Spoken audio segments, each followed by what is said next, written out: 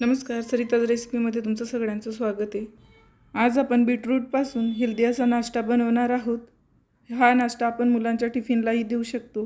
तुम्ही याला जेवणातही देऊ शकतात आणि मोठ्यांना तर खूप जास्त आवडतात, त्यामुळे तुम्ही एकदा नक्की ट्राय करा। चला तर मग जास्त वेळ न घालवता आपण सुरुवात करूया। तर इथे मी एक बीट घेतलेला आहे। बीटचं वरचं साल आपल्याला काढून घ्यायचं आहे आणि अशा पद्धतीने आपल्याला याला कापून घ्यायचं आहे। आता मी इथे एक मिक्सर जार घेतलेला आहे, त्यामध्ये आपल्याला हे कापून घेतलेले बीट घालून घ्यायचे आहेत। 6 ते 7 लसणाच्या पाकळ्या घालून घ्यायच्या आहेत। 1 चमचा जिरे घालून घ्यायचं आहे आणि याचं पाणी न घालता आपल्याला बारीक प्युरी तयार करून घ्यायची आहे। तर इथे तुम्ही पाहू शकता छान असं प्युरी आपली तयार झालेली आहे। मी इथे पाण्याचा वापर केलेला नाही, गरज असेल तर तुम्ही थोडंसं घालू शकतात।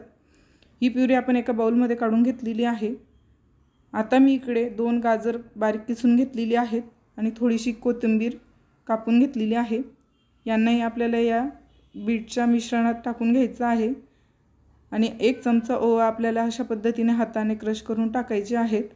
आता यामध्ये आपण चवीपुरता मीठ घालून घेणार आहोत। आता आपले मसाले यामध्ये आपण घालणार आहोत। तर सगळ्यात आधी मी हळद घालते, लाल तिखट, तुम्हाला जेवढं तिखट आवडत असेल तेवढं तुम्ही घालू शकतात। आता यामध्ये धनेपूड घालून घेणार आहोत, थोडासा चाट मसाला घालून घेणार आहोत। आता या सगळ्यांमध्ये आपल्याला गव्हाचं पीठ घालून घ्यायचं आहे। तर मी 2 वाटी गव्हाचं पीठ यामध्ये घालून घेतलेलं आहे आणि याला पाणी न घालता आपल्याला छान असं गोळा मळून घ्यायचा आहे। जर तुम्हाला वाटलं की यात पाणी घालायची गरज आहे तर तुम्ही पाणी घालून याचा गोळा मळू शकतात।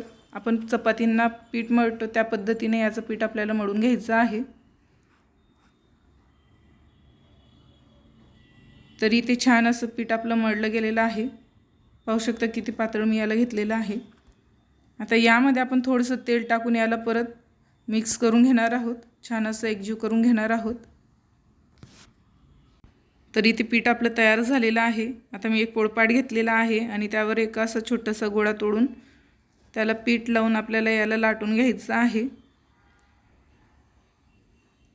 तर मी अशा पद्धतीने छोटी चपाती लाटून घेतलेली आहे। आता याला आपल्याला थोडंसं तेल लावून अर्ध परत फोल्ड करायचं आहे। जसं मी दाखवलं आहे अशा पद्धतीने तुम्ही करा। वरूनही परत आपल्याला तेल लावून घ्यायचं आहे आणि याला परत आपल्याला फोल्ड करून घ्यायचं आहे।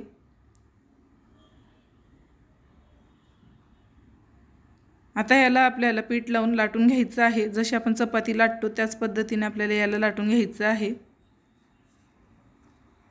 तर इथे आपला हा पराठा लाटून झालेला आहे। एका साईडला मी तवा गरम करायला ठेवलेला आहे।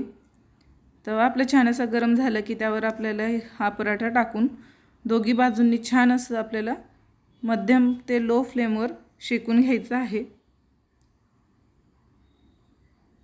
हा पराठा खूप हेल्दी असतो, लहान मुलांना खायलाही खूप जास्त आवडतो।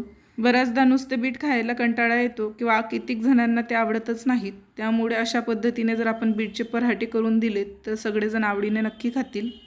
हा पराठा तुम्ही मुलांच्या टिफिनलाही देऊ शकतात, खूप हेल्दी असा आहे। तुम्ही नक्की ट्राय करा। पराठा छान असं शेकला गेला की आपण त्यावर तेल किंवा तूप टाकून दोघी बाजूंनी परत त्याला छान असं शेकून घेणार आहोत। तर दुसऱ्या बाजूनेही मी तेल लावून घेणार आहे आणि दोघी बाजूंनी छान असं आपल्याला यांना शेकून घ्यायचं आहे। तरी ते छान असा पराठा आपला तयार झालेला आहे आणि ही रेसिपी तुम्हाला कशी वाटली हे मला कमेंट करून नक्की सांगा। चॅनलवर नवीन असाल तर चॅनलला नक्की सबस्क्राईब करा। व्हिडिओ आवडला असेल तर व्हिडिओला लाईक करायला अजिबात विसरू नका। थँक्यू।